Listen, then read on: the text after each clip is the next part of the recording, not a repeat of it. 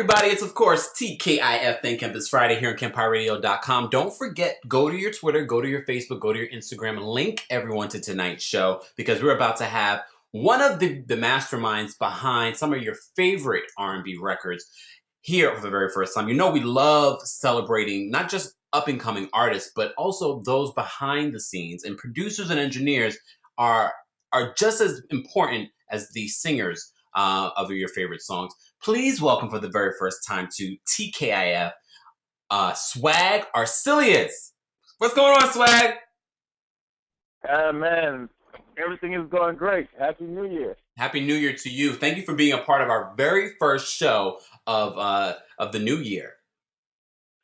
Thank you for having me, man.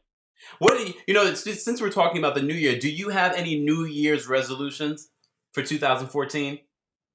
Man, my New Year's resolution this year is to basically push myself to be better than I was last year overall as a person, as a creative individual, as a producer, as a friend, just push myself out the box and just try to be better than I was last year.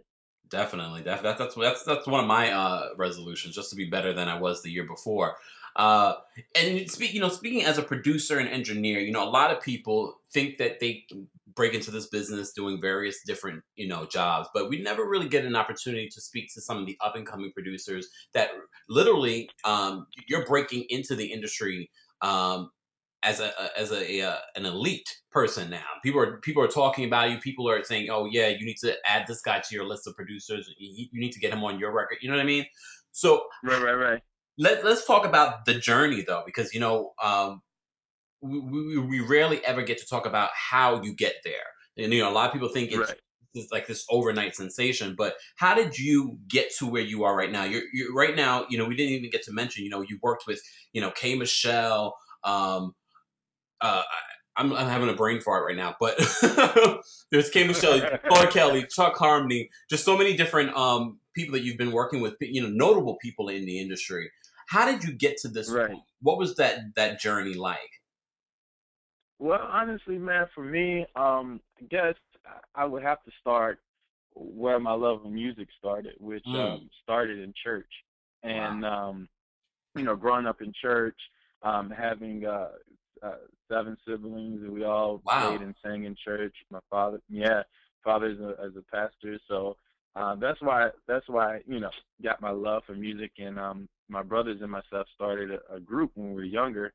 And me being the youngest of my brothers, I always sat back and kind of watched them go forth and just tried to learn from what they did great. I felt they did great, and learn from where, their weaknesses, and tried to make those my strengths. So that's where I started. And then from there, I went to LaGrange College for my undergraduate studies, and I studied music there. So there I got my palate wet in different genres and styles of music, from classical to expanding my knowledge on from a theoretical standpoint in gospel and blues and jazz, and just so much. And I was just so impressed by how you can express yourself in different styles of music. So that's in college. That's why I decided, like, I really want to take my production and writing serious, even though I've been doing it all my life. It was at that moment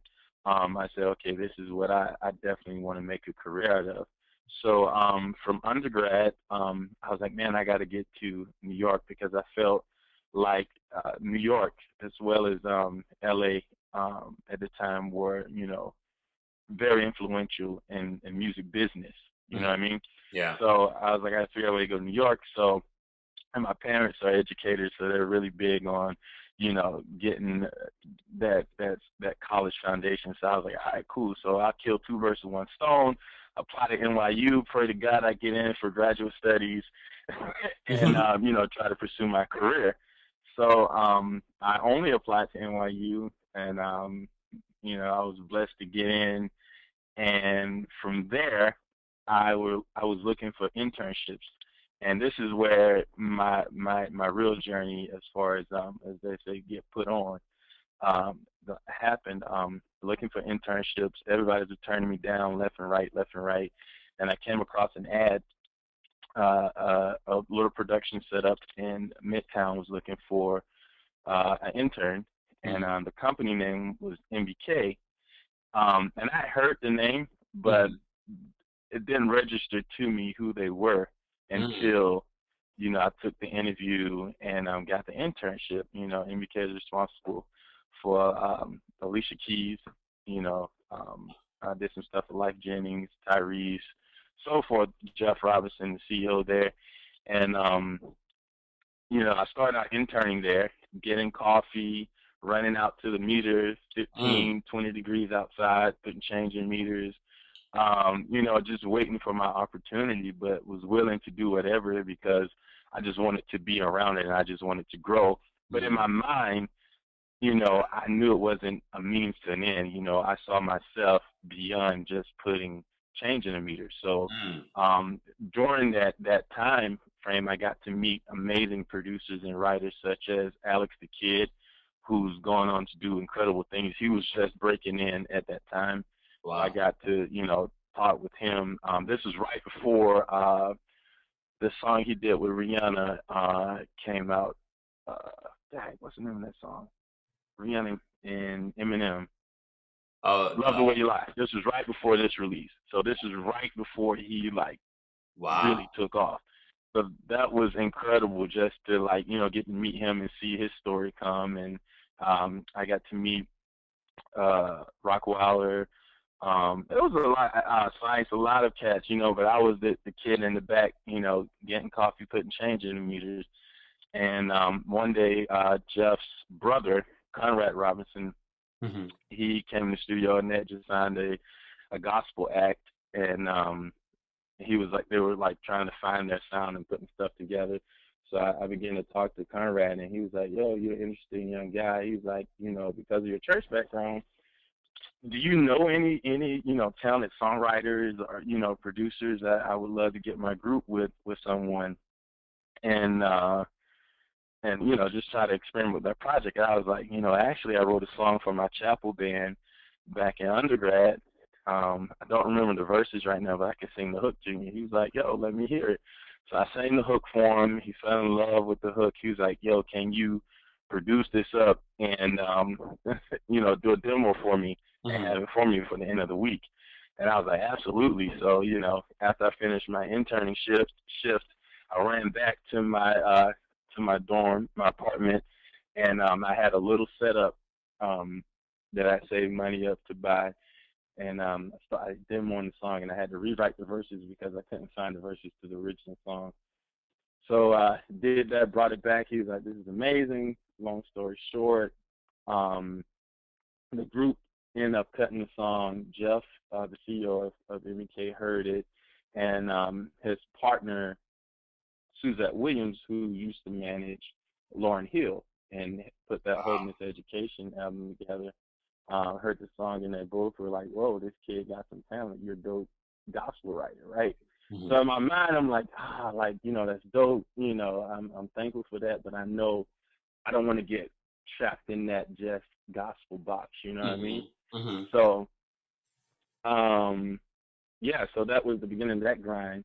And so that was like, okay, cool. So Jeff started taking notice, Suzette started taking notice. And that didn't really happen yet, but, they were just watching my growth in the studio. Yeah. So, every day I would come in, and then one day, one of their engineers, something happened, and he wasn't able to come in. And because of my, my studies of music technology, I was like, I could engineer a little bit. So I stepped in. So here's this intern going from not only just interning, starting to write a little bit, and now engineering a little bit for some of the Crazy. artists. And at that time, yeah, man. So at that time, What? they L. Wait, you went. Varner had Wait, just Swag. So you went from putting money in the meter to engineering a right, studio session. right. It was crazy too, man, because I was just like, no, it was like I was like, I said I could do it before I realized, and I was like, oh shoot, I hope I hadn't put, just volunteering, man. I was like, oh God, please, man. I was so nervous. I remember that first session too, man. I was shaking. I was like, oh God. This is either gonna go amazing or really bad. But I just had to find that confidence within myself to say this is what I have been preparing my whole life for this moment, this Mm-hmm. opportunity to show that, my value. Mm-hmm. And so yeah, man. So the Coffee Kids started engineering a little bit, and then things just grew from there. And then they start seeing diversity in me as far as my sound and production, and it just began to snowball. Then I got to work with El Vonner, and We love here. We and love then I that. met yeah, she's amazing, amazing, and her new stuff is whew, it's crazy, man, Yeah. crazy, crazy. Can't wait for it. Can't wait for that to drop. Um, and then I met K.Michelle actually through a friend of mine who I got to know in Atlanta, Neek Mason, Oh yeah, we love Neek and here. Shout out to Neek. yeah, she's good, man. She's good, man. She introduced me to Neek. I mean, she introduced me to Kay, and she's like, "Yo, I don't know if you remember K. Michelle. She's dope." And I was like, "Oh yeah, yeah." So she introduced us, and me and Kay just like clicked. And this was right before she really got involved with MBK. Mm. Before Jeff really started managing her, and then we started, just talking, communicating. She would call me with ideas and stuff, and then the chemistry just went crazy, man. And then we was in the studio, and we did a record called "Kiss My Ass," and K K played it for Mona, and Mona was like, "Yo, this is amazing." She's like, "I wrote it for Mimi," and that was one of the Only K that was Michelle, I one of tell you. the only K, man, only K. And the crazy thing about it, man, K is so genius in the sense of she will come in the studio with these concepts, and she just come in talking through the song, Mm-hmm. and pretty much already written, but she's writing it like in a stream of conscious. I can't explain it. I've never experienced anything like it, and Mm. it just all come together at the end. And man, so that song did great. People really received it well, and we worked on about. I went to Atlanta, me and my brother Zoe, and we was in the studio with her for about I think like 4 or 5 days, and we did like 7 or 8 records. It was crazy, Wow. man. And yeah, it was crazy. We did that one, and we also worked on a song that was on her holdover EP called "I Wish I Could Be Her." Oh So yes. yeah, so we that came out right before the album, but yeah, man, me and Kev released about I think 15 records this year. Wow. That's crazy. Yeah, so we did. I'm sorry. No, I was saying that's crazy. That's amazing, especially for an Yeah, up and coming producer. yeah, man. I mean, it's a beautiful thing. We got to. So we did the Kiss My Ass joint. Hmm. Then we did I Just Wanna, Oh which yeah. was some fun. Then we did I Don't Like Me, the holdover EP. Wow. Did 5 joints on the album, and the Christmas EP she released. So that was great, man. So And you're one of yeah, the so you're one of the key producers behind K Michelle, because I remember when the album came out, and you were already a friend of mine on Facebook, and I was like, oh wow, you're a part of this album. That's incredible. Um, right, yeah. are you a part of her? Because I know she's recording the a follow up to the Zero F's Given mixtape. Are you a part of that too? Um, we might have a few surprises. I don't want to give away too much. Okay, okay. We might have get a few surprises, but we are working on something else man, I wish I could really talk about it, but it's going to be amazing. That's all I can say about that. Aside from the mixtape, Can we talk? Can we, and I know, if you guys just tuned in, it's of course TK. I think it's Friday. We're talking with Swagg Arcelius. Thank you so much for being here, Swagg, because we love talking to the people behind the music and getting the stories behind the artists. Because sometimes when the artists come up here, it's kind of like they're giving you the PC stuff. You know, they don't really give us the nitty gritty of what goes on behind creating the music. You know, because no, not a lot of people want to hear that. But I know the singers and the songwriters and the producers that listen to TKIF and Campfire Radio, they love hearing this stuff because they're like, oh, that's how that happened, or that's how he made it into the Right. business. I think it's so important to give the you know the bigger picture of how you can break into the business. It's not just one single way of doing it. But Absolutely. I want to talk a little bit about because we love K.Michelle. K.Michelle has been here twice, even before she had her deal with Atlantic. Um, Hmm. Her new album, #1 R&B album. She's come so far. Can you tell us a little bit about the records that you did with her on that particular album, Yeah. Rebellious Soul? Yeah, absolutely. We did a song together called "I Don't Like Me," which is a very song from, like, she came in one day and she was like, "Yo, have you ever been in this type of situation where you're just not happy with yourself and you're doing things trying to fill that void, but you come to that harsh realization that, dang, like, I'm a little bit insecure." And it was such a raw emotion, and just trying to really capture that. Kay is a very real and raw writer. Yeah. Whatever headspace she's in is very organic and authentic. She's not one of those cookie cutter, artists who just like write whatever. Hmm. Everything she writes is from a personal perspective. Yeah. So, was trying to capture that emotion with the production, and I didn't want to do too much with the production Yeah. where it overclouded the message of the song. So it's a piano ballad. We brought in a real string quartet to give it Wow. that film score Hmm. type emotion. You watching movies and that something about strings, live strings, man, and real piano that evokes an emotion, from a listener. So that's kind of where we're going with that record. Hmm. And then she was, I don't know if you remember she was talking about it on Love and Hip Hop. She was like joking around saying her coochie was broke or something, right? Yes, we remember. So she came in the studio and there was like, "Yo, I really want to do a coochie symphony. I really want to do a coochie symphony." And what? everybody was looking at each other like, I mean, Swag. everybody was looking at each other. What goes through your mind when an artist like K.Michelle, who you see on TV all the time, comes into you and says, "I want to do a coochie symphony"? Well, I mean, the first thing came to my mind was like, wow, all right. Definitely wasn't expecting that. Yeah, shock value for sure. And I'm like, man, okay. So how do we approach this? And she was like, I know you. And my brother, he also studied music, and he's a dope arranger, string arranger, Hmm. and so forth. She's like, I know y'all know how to do those arrangements and stuff. So yeah, that's what I want.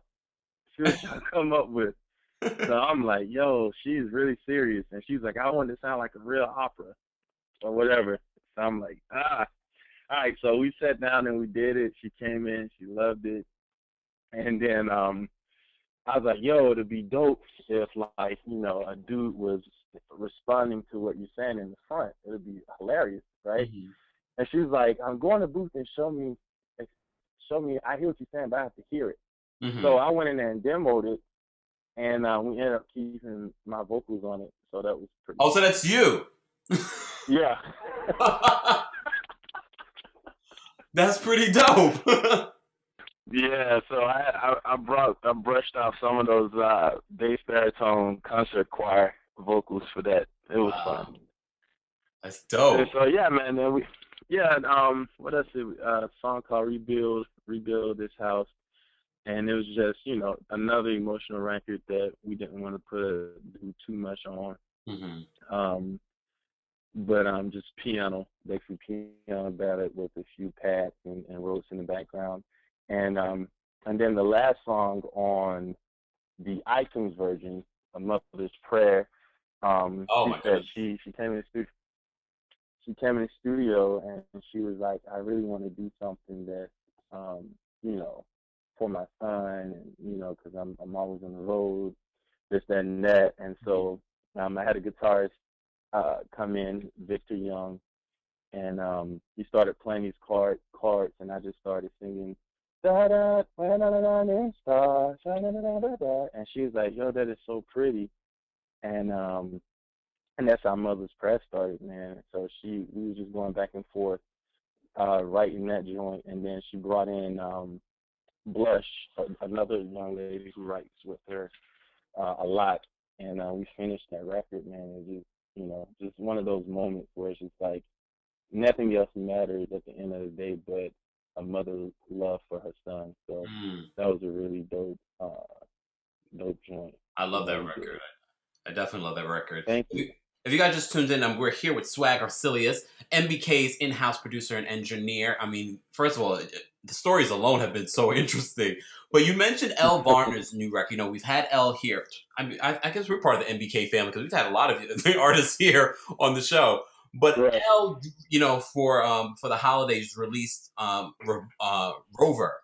That I don't know if that's going to be an official single or whatever it may be. Still a hot song. We love her debut album. What can you tell us? I know you can't say much, but what can you tell us about Elle Varner's new album? Well, I mean, I'll say this, man. I've gotten to see Elle grow and evolve from developing artist to a new signing artist to who she is now, and she constantly pushes herself to evolve, and she loves interesting and new sounds. And she's another organic and raw artist who just like, as her vibe evolves, her sound evolves. You know what I mean? Yeah. So it's really dope for me to have seen her from an intern perspective to a peer perspective, her growth. Yeah. When she first came to MBK, I was still interning, and we became really cool friends. So I got to see her evolution. I got to work on her Conversational Lust mixtape. I did 32 flavors with her, and I mean, just to see her grow as a woman and as an artist, you will see a lot of that reflection in this upcoming album. So that's what I have to say about that. So you're not gonna give us anything about this new album? No, that's fine.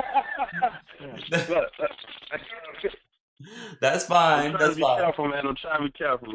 I know. Look, we don't want you to lose your job. No. Right. I still got bills to pay, man. I know. Swagg. But what can you tell us about Tiara Thomas? Because we didn't, I don't think a lot of people knew that Tiara Thomas is also part of the MBK family. And and if you're not familiar with Tiara Thomas is the vocalist on Wale's big single last year, Bad. What can you tell us about her debut project? I know she released an EP. Man, Tiara is dope, man. Like, she's just really dope. Her swag, her energy.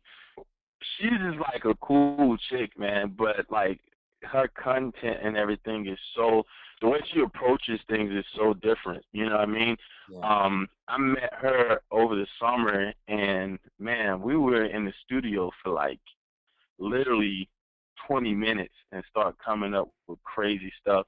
So just one of those relationships that the chemistry is dope. I think she's gonna bring a dope vibe and perspective to the game. I don't like to compare artists to any other artist really, but man, she's bringing that hip hop R&B swag back to that female, that 90s vibe. You know what I mean? But it's still fresh. Yeah. Wow, Tiara. I have to say, I don't think people are ready for this one. I have to say, I looked up Tiara because I was a little bit late on Tiara Thomas, because I was late on the single Bad. But I started YouTubing her and looking up stuff. I was like, oh, I kind of like her. She's really kind of dope. But she raps too, man, which is dope. Like, her flow is sick. She has a nice flow. Wow. So Tiara Thomas is definitely man. Someone we got to be on the lookout for, huh? Yeah, look out for her. And if I'm not mistaken, I think she's maybe dropping later this summer. So that's going to be that's something to really keep your eyes open for. And also, Gabby Wilson, who's on RCA MBK as well. Oh She's wow. 16, man. She plays about 10, 15 different instruments, What? and her voice is crazy. So I'm excited about her project as well. I'm doing a lot of co-writing and producing with her. Dope, dope. So, Swag. I mean, I have to say, you giving us a lot of stuff to digest tonight. But what's coming up for you? You know, this interview is about you and you as an up and coming producer and engineer. What is coming up for you? hmm What would you like to do with, and who would you like to work with in the future? well, what's coming up for me is I recently started my own production company, Progressive Music Group. Okay. And I have an artist that I'm developing and trying to get her stuff together on. I'm also mentoring and bringing in other young producers and writers with that. So just trying to get my business feet wet as well. Hmm.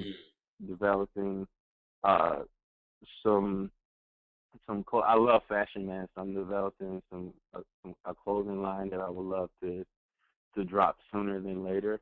Okay. Who I would like to work with, man. Man, Rihanna. I think that would be dope. Yeah. Um, She's love to working on work her with new her. album. Uh, yeah, man, that would be incredible.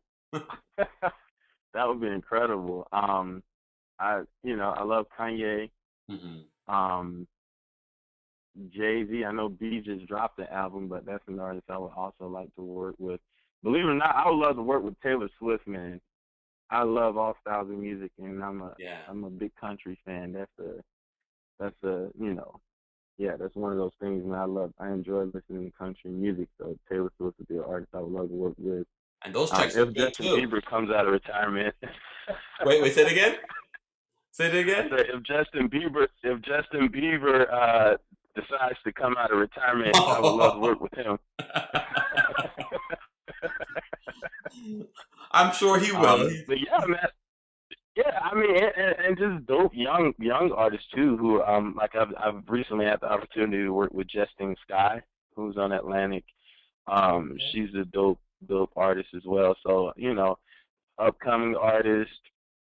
I'm about energy and vibe, man. And if I feel like I could bring something to the table or to your sound or help shape your sound, that would be dope. Oh, side note, producers who I would love to co-produce with would be number one. I'm an absolute Timberland fan, so Definitely. that would be amazing to me to get to work with Timberland. That would be awesome.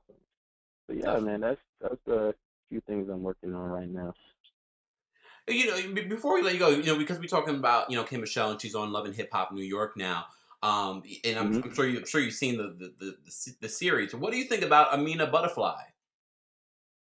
You want to see something crazy, man? I met Amina a few years back when I was interning at MBK. They were around, working up her and her sister. Hmm. Amina has always been a dope writer, man. Hmm. I definitely think she's a dope writer. Um, and a cool singer. I wish her the best of luck. I know everybody with these shows is almost like you want to catch lightning in a bottle. So I wish her the best of luck Do you with think, what she's you trying know, to do. But she's definitely has always been a dope writer. do you think that, you can, without a doubt, you see her talent. Unfortunately, because of the drama on the show, it kind of, you know, blocks all of that. Do you think, um, because of the picture they have painted about Amina on the show, it will affect her career in music? You know what, man? Think I think nowadays everybody is more than just the music. So I think you have to be careful. Your brand is your baby. You know what I Hmm. mean? Hmm. So with any artist, whatever you're doing, whatever platform you're on, you Yeah. have to be careful in how you present your baby to the world because perception is everything. Definitely. And that can hurt and it can help. You know what I'm saying? Unfortunately, her situation is a little crazy right now. A little.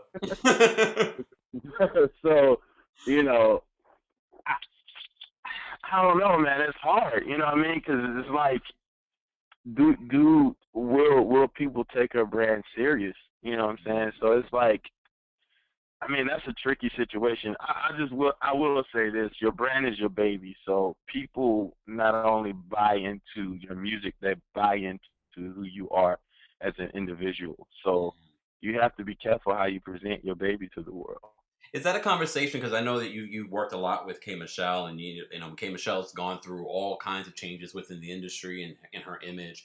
Is that a conversation Hmm. that you and K.Michelle may have had about her, evolving and becoming just a very different person in the industry? Yeah, I think. I mean, yeah, and I think as an individual, I think that's something Kay has come to realization on her own as well. Is as far as like how do you evolve as a person, and she'll often have conversations just like, yo, I just want to evolve in my music. I want to evolve as a person, and I Mhm. want to constantly grow not only as a creative but as a person, as a woman, and as a mother. So I think within herself, there's just something that she realizes and strive to do it daily, just knowing her on a personal, level. So, no one is perfect, but we all strive um, for a type of perfection, I should say, in a sense, or to better ourselves. So I definitely see her